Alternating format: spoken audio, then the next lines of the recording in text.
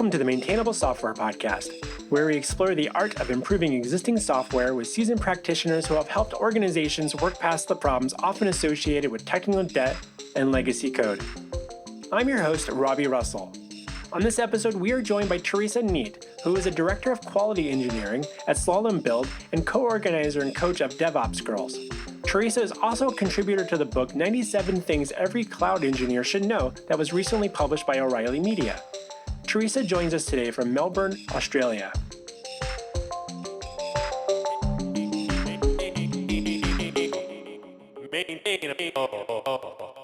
Theresa Neate, we're so glad to have you join us on Maintainable. Welcome. Hey, Robby, thanks for having me. So as you reflect on your experience in the industry, what do you believe are a few common characteristics of well-maintained software? Well-maintained software is software that others can maintain.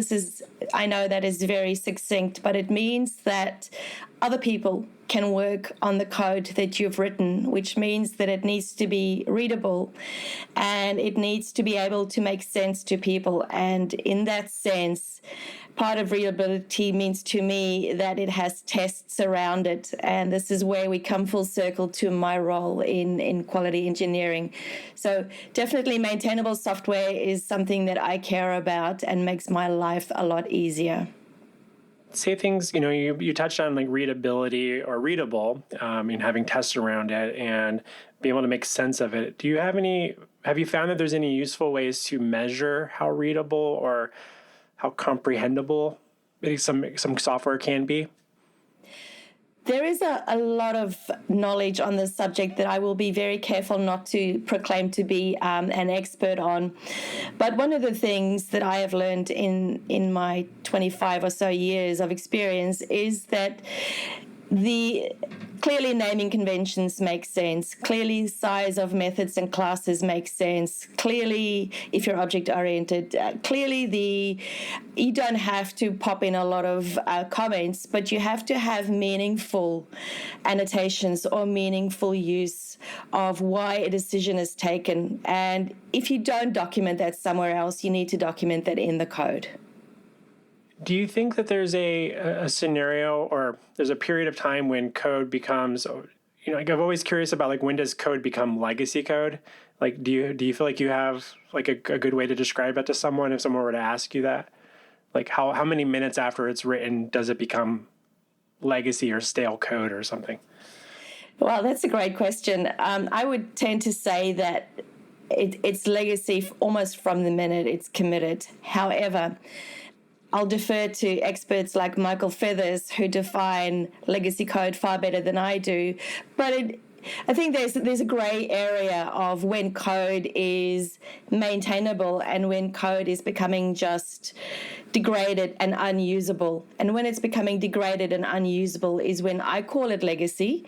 It's interesting, actually, I'll throw in a comment here that very often you'll find with legacy code, you also have legacy people. And that's an interesting attachment with legacy code is people who are attached to the code and attached to the way that it was produced whenever that was. It could have been a year or two ago, it could have been 15, 20 years ago. That's interesting. And then do you find that you're yourself using the metaphor technical debt very often? I use it very often. In my background, I worked for ThoughtWorks, which I know some of your previous speakers have, and we were very well educated on the subject of technical debt, legacy code, good practices, clean practices for producing code.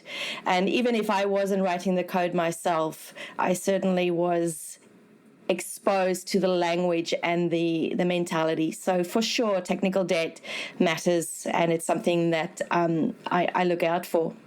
Have you been in teams where you've seen people maybe use that metaphor maybe in an ineffective way or maybe for labeling it for the wrong type of thing? Oh, for sure. Technical debt can be mislabeled as something that somebody doesn't want to work on. It could be mislabeled as something that someone else wrote. Or the funny thing I see these days, well, maybe not these days, but I saw it recently, is people who have language preferences, and they get on the language bandwagon, and anything that's not written in that language becomes technical debt in their eyes. And it unfortunately speaks of not a very wholesome perspective of the software world, in that your preferred language doesn't mean it's the best or the right or the one that everyone else should be going with. So it could be that. It could be people saying, oh, it's technical debt because it was written in, I don't know, Ruby or something. As someone that actually works in the Ruby on Rails industry in particular, I haven't actually heard anyone specifically say technical debt. That would be I would be open to having a fun debate about that, I suppose. But I think there's that other aspect of, like, I'm always curious about, like, when frameworks within, regardless of languages, but there's frameworks or tools or libraries that teams might use to build something, and then maybe that framework is no longer being maintained, or it's no longer in fashion anymore. And so does that then become technical debt or not? And I think it's a gray area for me, I think, in some ways. I'm like, well, is it still doing can you keep working on it? Can you keep producing with it? Like, maybe it's not the nice, shiny new thing you want to put on your resume, and maybe because that's not going to get you the next job you want, which gets into, like, something I kind of have labeled resume-driven development. But there's like, can you still be productive with it? Do you understand the code? So I think there's a lot of other things that developers sometimes struggle with, like, well, that's no longer getting the community adoption anymore. So it's legacy code, or it's technical debt because we have to get rid of it because there's a new thing that's since replaced it. So, in the industry, and everybody else seems to be over here now. And so you're kind of always chasing this, what someone else is writing about. And not all teams have the same budgets, capacity, to just kind of keep following those whims. And a lot of the time that you always hear about, like, the big companies that are able to do that, and they might have much larger teams where they can, like, okay, we're going to have a team go spend the next year rewriting this from this one JavaScript framework and this new JavaScript framework because we want to stay up to date. But the people with teams of, like, 2 or 3 developers, and they're like, we need to do that. And I'm like, are you just going to stop doing anything else on the application for the next year to do that? I'm like, it took them a year, and they have 15 to 20 people that worked on it. So obviously they might have a much larger application, so I think people could probably nitpick saying that. But it's an interesting thing that I struggle with a little bit, on just being like, well, I don't want to dismiss perfectly fine code that's doing what it's doing. And technical debt may not. Do you think it is something that always needs to be addressed, or can teams just live with technical debt, or is there a point where you eventually need to pay that back? Well, it's interesting that people forget that the term is technical debt, and debt is something that you are paying interest on. And just because it is old and you're not paying interest on it doesn't mean it's a technical debt. If it's something that you did in a rush, in a hurry, or perhaps something that you had to do to get something done, and you knew you made some trade-offs, and you labeled those as, I'm going to get back to those because they will be biting us if we don't correct those, then we end up with debt.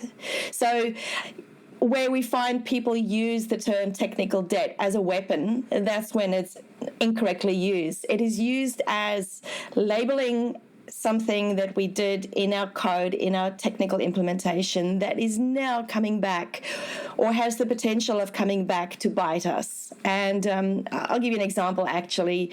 Quite recently, in one of my workplaces, we had this fabulous Perl piece of software that was actually customer and client facing. It was a house of cards, and we all knew that. We wouldn't touch it because we knew if we touched it, the house of cards would just come down. But it was making us $5 million. So we left it exactly as it is. The minute we had to start maintaining that software and things started going wrong, the debt was starting to really show itself. And that is the minute where we had to, in this case, not just refactor it, but completely re-platform it, because Perl was hard and we wanted to put tests around it. So it really is about the debt and the interest that you pay on the debt that makes it a technical debt. I want to switch gears a little bit, and I want to dig into your role in, because I don't think that a lot of people that are maybe listening are familiar with it. So, or maybe have heard it, but don't quite know what it means. So So for those that might be listening that are unfamiliar with the role of a quality engineer, could you share a bit about what that looks like on a day-to-day basis? Like what are you doing as a quality engineer? And then I've got plenty of topics and conversations I want to dig deeper in on that. I suspect some of the other questions you have will be answered in my reply, but a quality engineer is someone involved in engineering of software who helps build in and maintain and provide feedback on quality. And it means that unfortunately, in our industry, and, like I said, I've been around for about 25 years, we all started as just click and verify testers. Yeah, and I call these people battery hens of testers. They all sit in a row and they churn out tests and they churn out test results. And this has unfortunately scarred and marred the value that you could bring in providing valuable feedback, which is what testing is. So this is where the industry and the career of software testing started. And then we had it evolve into this thing, which is an American term called quality assurance, QA. And QA too is a misnomer because QA implies that you can verify that something works perfectly at the end. You can assure quality. And just by virtue of having this role, you've assured quality and you can go live. That too is dangerous and super loaded. So I'm comfortable calling myself either a quality analyst or a quality assistant, if you want to use the word or the acronym QA. And this is actually my first preference is quality engineer, QE, which is somebody who's involved in the entire life cycle of software, who then helps identify what can be tested and should be tested, and not because others can't, but because they bring an objective and a critical lens to the table that perhaps someone who's writing software doesn't have. And as you're involved throughout the life cycle, from the get-go, from the inception of the work right through to kicking off pieces of individual features to building a CI/CD system or a CI pipeline, right through to all the way to the end where we have monitoring and alerting in production, which is also a form of testing. So I see quality engineering and a quality engineer as someone who's involved in the entire life cycle from go to woe. And so a quality engineer, is doing more than, click testing or just verifying that a set of features or functionality is doing what the story or however the team organizes the work that needs to be done, what the deliverable should look like, make sure that things are still working. You're getting more involved earlier on in the process. Are you part of the story creation part of the process at that level as well? And I'm always curious about like a much larger teams. I work on a much smaller scale consultancy world, and where like what roles are outlining a user story. Like where does that come in with? You got like user experience people, you got your the developers, you've got quality engineers and these different product owners and all the different people that are part of these conversations. I'm assuming some of that probably comes from the product team kind of outlining what their expectations are. So where do you kind of fit into that conversation life cycle there? Yeah, we certainly do need a little bit of structure to make this work. Otherwise, we'll all be stepping on each other's toes. But I say that our roles currently are T-shaped, and we have a degree of generalization, which is the horizontal bar of the T, and then you have to be specialized. Everyone has to be specialized in something, and that's the vertical bar of the T. And if you have everyone on your team who is T-shaped, you then have somebody who comes along and is the specialist in UX, and that is their specialization, and you can't function without them. You could generalize if you needed to. You could kind of keep up if you needed to, but you need them. On a tangent, while I'm speaking about this, I've seen people try and do without business analysts recently to try and be lean, quote unquote. And the unfortunate part of cutting out the analyst in the conversation and the defining of the actual requirements, which of course a user won't know until they've had the conversation with the analyst. If you cut out the analyst, everyone else who's now a generalist in this subject think that they can define what the user needs and they can really extract it from them, and you end up with substandard requirements and substandard user stories that then end up, to my detriment, in testing and in QE. I then find bugs later on which we could have found earlier, but we didn't have an analyst. So, just on into your topic of does everyone do everything? No, we actually, and I can't for a minute proclaim to do what they do, but I have enough generalist knowledge to keep up.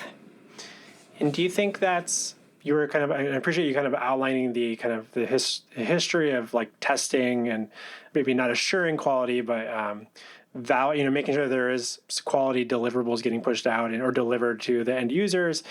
A lot of, I come from a world of software development where there's been a lot of emphasis on automated testing as being this thing you go for. And like, then you don't necessarily maybe need someone manually clicking around, because that just seems like a waste of cycles to do something that's very repetitive, right? Like, okay, if someone can click on these buttons, it should still work, should still do this at the end of it. So what do you say to teams that are thinking that people might be listening, be like, oh, I don't understand why we would need like a human to do those things that I can just write tests for. I know what the user story says this should happen. I can write some automated tests that do that, and it says it's doing it. So where is this other person coming into the picture there? Would you be surprised that that's not the first time I've heard this question? So I'm sure not. There is, backtrack a bit. You cannot do without humans, no matter what. You need humans. And we see in the industry sometimes reactive hysteria around, oh my goodness, machines are going to take over the world. It's almost like we did this 100 years ago, but now here we are again. Oh my goodness, AI is going to take over the world and we're all going to be done out of jobs. And in the testing world, I've heard it said as well, oh, well, if we're going to have AI do all the testing, then clearly I'm going to be out of a job and I need to fight for my job. In the same vein, when you speak about automated tests, they're a tool of rapid, immediate, repetitive feedback. But you cannot do that with a human. And this is why we need automated testing, to remove the repetitive tasks from humans. We still need the human to do the analysis. We still need the human to look at the output and see what coverage we have. We need to look at a human to perform the tasks that intelligent human beings can, which a machine will not be able to do. No, not in my lifetime. I don't see this occurring in my lifetime. And I definitely see, if, for instance, we need to do a manual test, be sure that it's a test that a machine couldn't do. And then if you have a machine who does, a test pyramid fan over here, if we have a test pyramid being applied in full and a whole heap of unit tests and service or integration tests that provide a lot of feedback and confidence, then you only need a little bit of UI tests, if any, and then you need to determine, and this is where intelligence is applied, if any manual or human tests need to be done. And I will say, in my estimation, we will never not need a human. We'll always need a human. I would agree with that as well. And I'm thinking about these scenarios where I think it kind of gets into this interesting abstract area where I feel like, well, if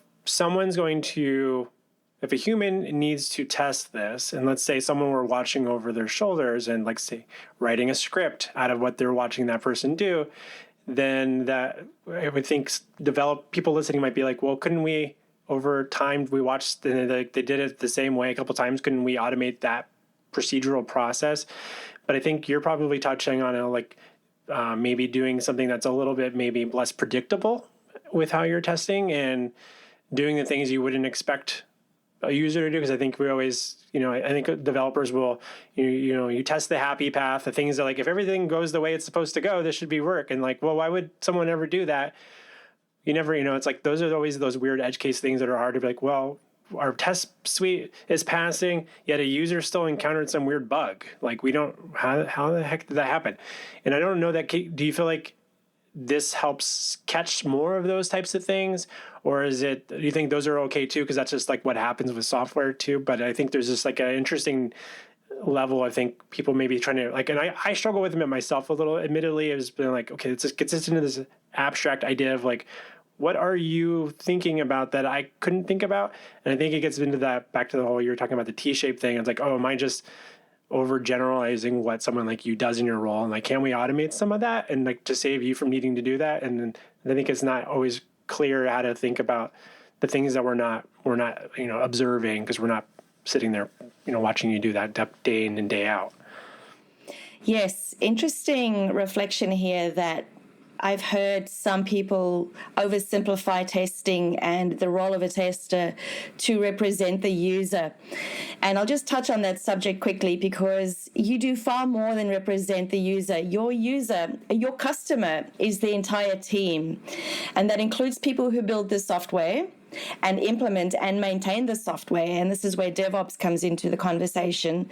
These are all your customers, and quality as defined by them is also quality, and therefore you care about that. So you apply that lens through the entire life cycle, and user is one of the lenses that you apply. I'm not that fatalistic about bugs being found in production. I take it as a learning experience. I'm far more interested in how quickly we respond to bugs, and not make it a big incident and a big event and something that people will try and dance around and try and minimize, but let's quickly respond to it. So let's have our recovery processes far better engineered than our, oh my goodness, we found a bug and we have to blame somebody, which is unfortunately what occurs in some environments. Bugs happen, and it's okay. It's good. But I think back to your point, though, it's like, how quickly can you, as a team or as an organization, respond to those things? How quickly can you understand, wrap your head around, like, what happened under the hood, and like trying to figure out, like, it could be a weird data thing. There's a lot of things that you can't predict will happen. And so, over the last, I feel like, year or two, observability has been a big topic in the industry. And I know a lot of people myself that have, I've spoken with a number of people about it, but I don't know that I'm actually interfacing with any tools that might be considered observability outside of companies rebranding themselves as having a monitoring tool that they now call observability. But I don't know if that's actually the same thing. So how does observability play into kind of your role? Is that like a resource that you've been able to leverage and help do more than you could have done 5+ years ago? I actually wish that I could have. A colleague and I tried to bring observability into a team that we worked on about 2 years ago. He is a big Honeycomb fan. We had charity majors come over and talk to us. And he is a system engineer, and I was the QA lead. And we tried to bring observability into our, not just the company, but into our team. And it didn't quite succeed. We were met with more interest in repairing things after you found them than future-proofing things. And observability, and I will not proclaim to be an expert, is about, again, maintainable software and readability, and making your software and its behavior observable so that you can learn from it and respond to it. I am personally, based on what I know, a big fan. I can't say that I've used it yet, but boy, do I want to. Well, I hope you get a chance to do that at some point. And I had Charity Majors on. She was actually one of the first few guests on this show. So if anyone's curious about that, go back and look in the show archives there. On the coding side of things, engineers often talk about like code to test ratios as a useful measurable metric. What are some ways that teams are able to, say, measure quality? Quality can be measured depending on which stakeholder you're speaking to. We have some people who measure quality as the number of tests that have passed. It's not a metric I use. Some people use the metric of number of bugs found. And interestingly, I found that some people use the metric of bugs found throughout the life cycle, which is actually a contraindication, because the more bugs we find, the better our feedback loops and processes are. And I'm far more interested in finding the bugs during the production of the software and not using that as a stick, using that as an encouragement to, hey, look how good our processes are that we found this bug. So when you ask me about a metric for quality, it is subjective and it's always based on the person or the stakeholder who is asking the question. I would say it would come roughly to the 4 DORA metrics and your ability to respond to issues, how fast you deliver software, how robust your recovery processes are. I will add on just my own thought on that. I don't feel that major incidents in production should be unnoticed. I think major incidents in production, particularly severity 1 or priority 1 incidents, should be recorded as a reflection on perhaps our feedback processes, but definitely on our quality. And would you, in like these environments that you're often working in, for whatever reason, the regions goes down for a half hour, and there's a big outage, and it causes, like, do you consider that to be like a mark on the quality because you haven't yet taken the step to have some more redundancy with other regions so that can like nicely fail over? Or is that something you would consider as part of the quality? Yeah, I do. I wholeheartedly feel that anything that occurs beyond our control is still a learning experience for us. And this is a really good case in point. We had an AZ go down. We were deployed in one AZ. We had that AZ go down. It was very quick to hear the rhetoric on, oh, that's AWS's fault, and we have to, blame. And if we were to use the full resilience model, and full disclosure, big fan of John Olspaw, if we talk about the system that failed, we have to go beyond blaming somebody and we have to look at the system that failed. And in our case, our resilience failed. We failed to have a multiple AZ deployment. So it's, so things break, and AWS had something happen, but we should have thought about that. And so we learn from it. We don't use it as a blame experience. We learn from it, and hopefully we build in some tests. By the way, on tests, I feel that we have to always test the bugs we find. So if we find a bug in production, and that could be a whole AZ going down, afterwards write a test to catch that before it occurs. What might a test look like for that type of example there? I'm guessing that wouldn't be maybe necessarily on the application level. Like, where else might test exist to validate that things are working? Is this as simple as like uptime monitoring type things, or checking that an endpoint is existing or something? To me, the immediate thought that came to mind was chaos engineering. And we have to have a firm use of chaos engineering, perhaps not during key production times, but we have to have chaos engineering being applied so that we can recover from disasters, and Chaos Monkey being one of them. It could be applied, and we could see what occurs when disaster strikes and how do we respond to that.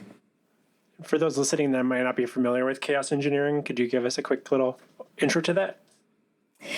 Well, briefly, it's my third-hand interpretation of chaos engineering is letting loose chaos in your system, and if you're more comfortable, have it applied to your test system, not your production system, and see whether, and I said Chaos Monkey before, it's a tool that could be applied. It could actually wreak havoc in your system, and you want to see how it breaks things down, maybe disables functions, maybe disables integration points. How do you respond to that? It's chaos and it's not predictable, which is the best part.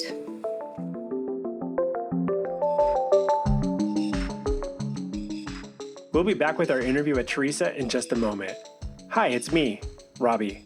I wanted to take a quick moment to say thank you for making time to listen to Maintainable Software Podcast. If you're finding these discussions valuable, please consider sharing a link amongst your peers and writing a review on Apple Podcasts.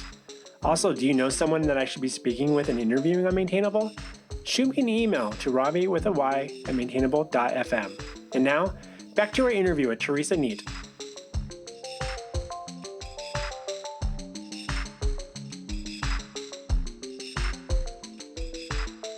I'm also curious, touching back, we touched a little bit on where you said that quality assurance isn't something that we can really assure. You can't really assure quality. And I'm willing to go along with that kind of concept. But I also know a lot of people listening are also like, well, we have QA people on our team.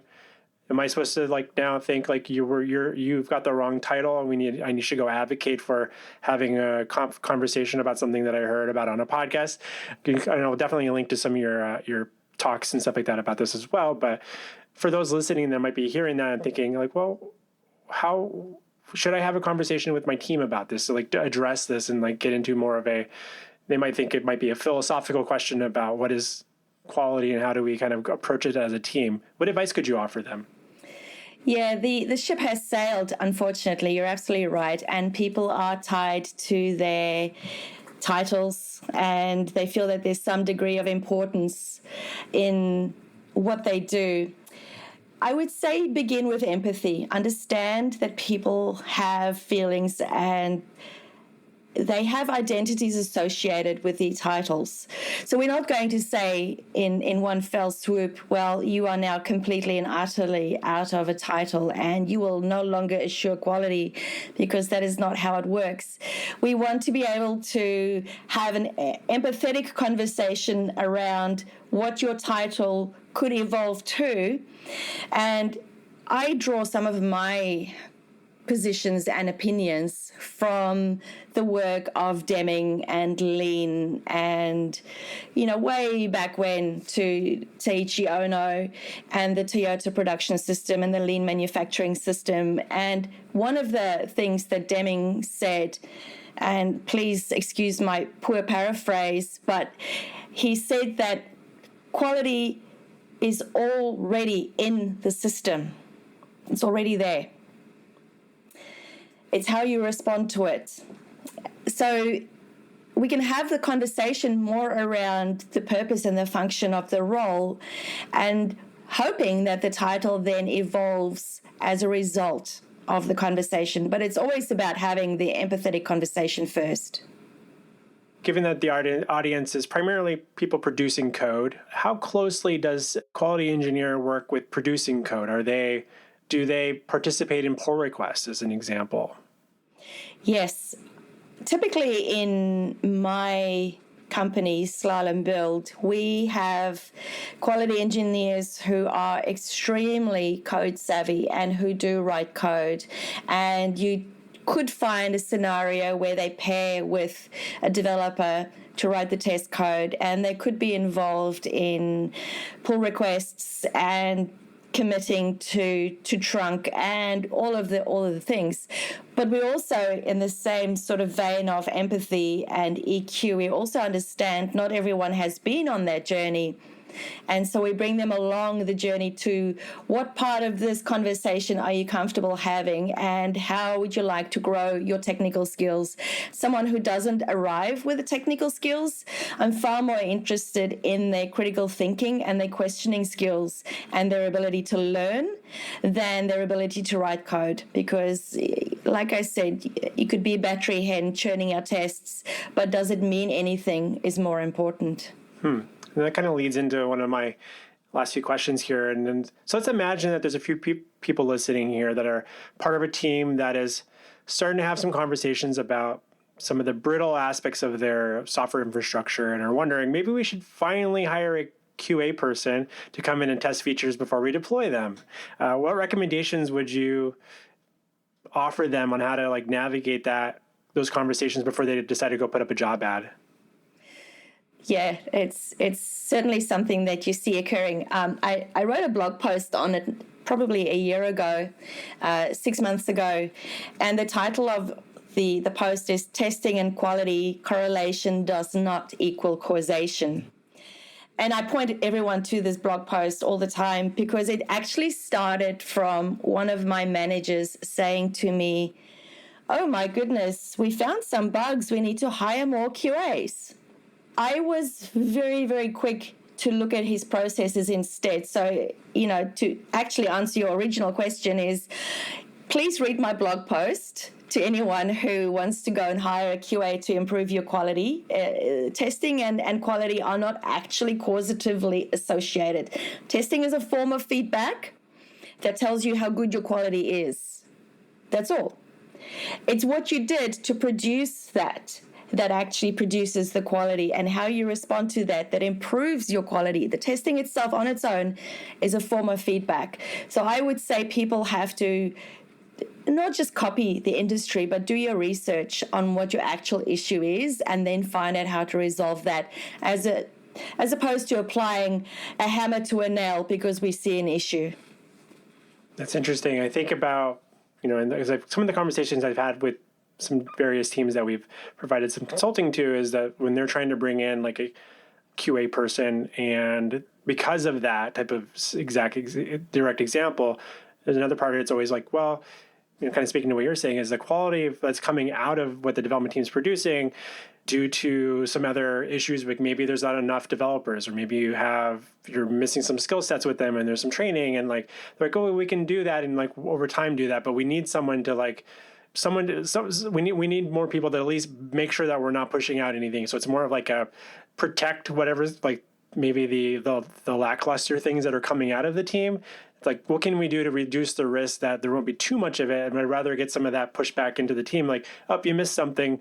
And that's their way of thinking that they're going to help train their developers because they're getting that feedback loop, whereas they're not getting it themselves when they're testing their own code and everything and testing the work they're doing. Like, oh, and you might get something that goes through a pull request, you get a couple of developers looking at it, maybe even paired on it, and you'll still push it over to someone that does some QA or user acceptance testing, depending on how your team's structured and everything. And then get like, well, you missed a few things, or this didn't quite work the way we expected it, which is you want that feedback loop, right? So, and that's a way of educating the developers by having someone that's responsible for protecting the end user or the business. And you mentioned that I keep referring to it from the lens of the user, or the user lens, with all these different aspects of just thinking about the output, the quality of the output that's coming out of the team. Absolutely. It's when you hire a QA to fix your problem of low quality, it is a reactive and an after the fact response. What you should be thinking about is hiring a QA as a quality analyst. You should hire them to help improve your quality as you produce it, not as you try and hammer it in at the end. You can't. It's gone. It's too late. Do it earlier. So for those listening that are, let's say they're going to move forward and they're going to hire a QA or a QE, but they don't have anyone else on the team that kind of has ever existed in that role, what sort of traits would you recommend them looking for in someone? Especially if it's like, they're like, well, it's a team of engineers, maybe it's a startup that's co-founder was an engineer and they've hired more software developers, and like, okay, we need to get a little bit more mature as a team here, but they don't know exactly like, well, I've never worked with someone like that specifically. So what recommendations could you have on like what sort of traits they should be seeking in someone? Great question. I have done a bit of hiring in my life, and I have found very often that resumes that are presented to me, the ones of the people who meet certain buzzword compliance, and if you just flood your resume with buzzwords, then you'll eventually get hired. But what I actually hire for is 4 main things. First is you have to have a technical interest. You may not be a coder right now, but you must love technology and you have to have a strong interest. The other one is system thinking. And system thinking is to see the big picture, and it's to see the connection between things and the interaction between things. And this is why people love working with QAs, and the questions they ask is because they can see things that you can't. They see the system. The other one is critical thinking. So the ability to think critically and to not be swayed emotionally by a color or a behavior, or try and keep your bias out of it. And I know it's hard. We can't keep our biases out of what we do, but try and keep your bias out of the picture and look at it critically and ask the questions that matter. And then the fourth point that I hire for is collaboration. is the ability to work with others. And this is everyone in this entire life cycle of producing this software, all the way through, right through to production, and the people who hopefully have not had the code thrown at them over a wall, but are part of the conversation all along. You want to have your QE or your QA person involved in that entire life cycle and have that collaboration. So those are the 4 things I hire for.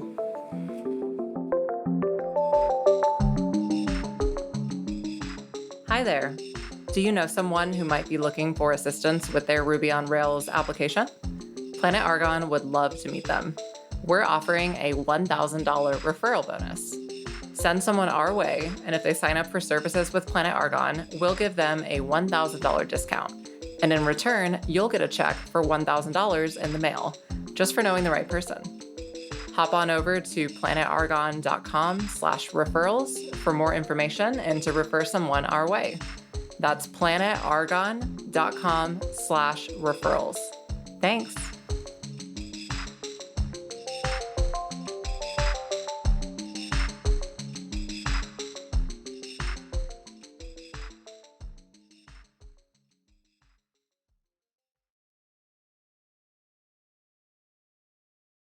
I've met a lot of people that are working on teams that have brought in junior developers out of a boot camp and thrown them into a role of being responsible for QA type responsible clicker, because they're, I think in their mind, like, well, can we just hire like a junior developer, so while they're learning to be a software developer, we can just kind of throw them into the mix and let them try to break things. What do you say to those people? Yeah, that's really interesting. Trying to break things is something that I also argue against, because if it's broken, it's already broken. It's how good you are at finding it that matters. But back to your question of the poor junior developer who comes out of boot camp and they get thrown into the deep end of having to find the bugs, quote unquote. I feel that we do them an injustice, and I feel that what you're doing is you're just making them write more code. They're just being another developer. They're not actually being trained to test. I find that the best developers who can test are the ones who have a lot of experience and have the ability to distance themselves and ask the right questions.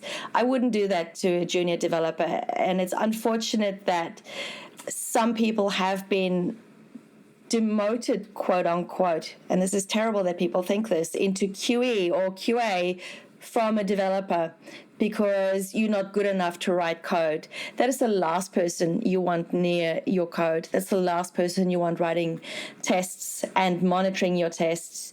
So you want to take responsibility for them and raise them properly as a fully fledged developer first before you start asking them to now apply another lens of critical thinking and system thinking, which they will just not have. I think that's some good points there.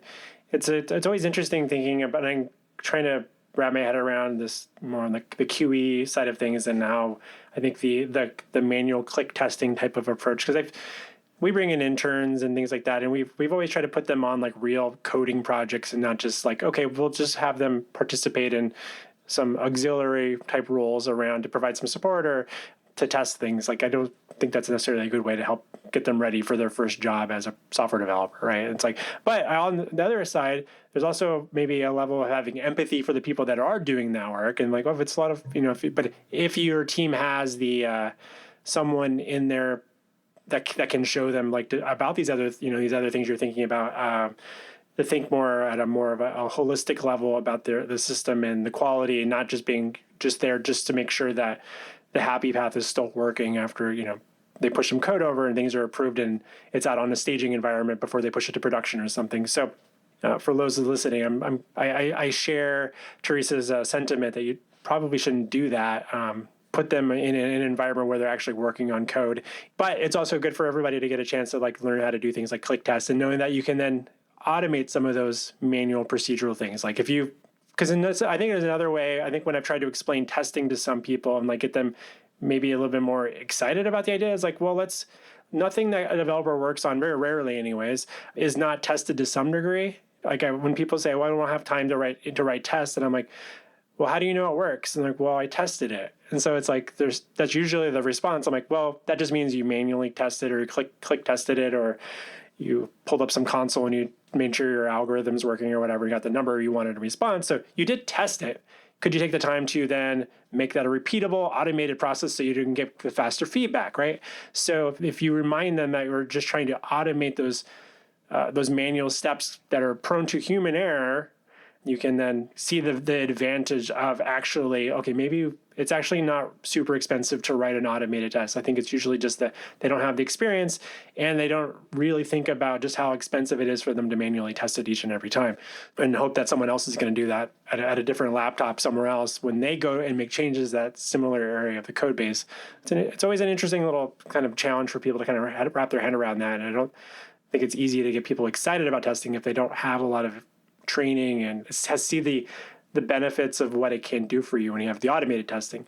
But then we get into this confusing thing where there's then people that are still going to need to manually do some stuff. And so that's why I wanted to talk with you about that, to kind of get a sense that there's more to it than just trying to automate everything. But a lot of developers listening probably are still thinking, I still don't understand that, but that's okay. I just want to know that there are these other roles out there that are adding a lot of value to improving the quality of the software that we're producing for the organizations or the users that are using it. So, well, I'm going to make two comments. First of all, is that the value in having a human do testing is the objectivity that they bring. So if you bring someone on who's new to a team, they bring objectivity immediately because they're not emotionally connected to the product yet. So you do get some value in that. It's also a good introduction to what the system is doing or what the software is doing. The other thing is that if you have a developer who is trying to test their own code, it comes with preconceived ideas of what the code is doing and should be doing, and therefore you always need somebody else to look at it. And this is why I love pair programming, and I love the involvement of people with each other's code so that you have a degree of objectivity and critical thinking applied to it.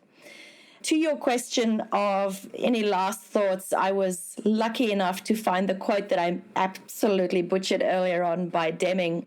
And it is, inspection is too late. The quality, good or bad, is already in the product. And I literally work on that. Inspection is too late. Quality occurs earlier. It's already in the product. So this is how I operate in the software world. Is there a non-technical / non-software development related book that you find yourself recommending to people in our industry on a regular basis? In our industry, I recommend everything that has any sort of, unfortunately, software-related stories in it. So I can't even say non-software related, but I'm a massive fan of DevOps as a culture and DevOps not just as a tool-based religion as it's become, but more about the culture of DevOps. So I will talk about DevOps until the cows come home, and I will recommend books by Gene Kim or Patrick Dubois or John Willis or any of these people who've been involved in the entire life cycle of DevOps. The DevOps Handbook probably comes to mind firstly. Nice. I'll definitely include links to those in the show notes. And where can listeners best follow your thoughts on software quality online?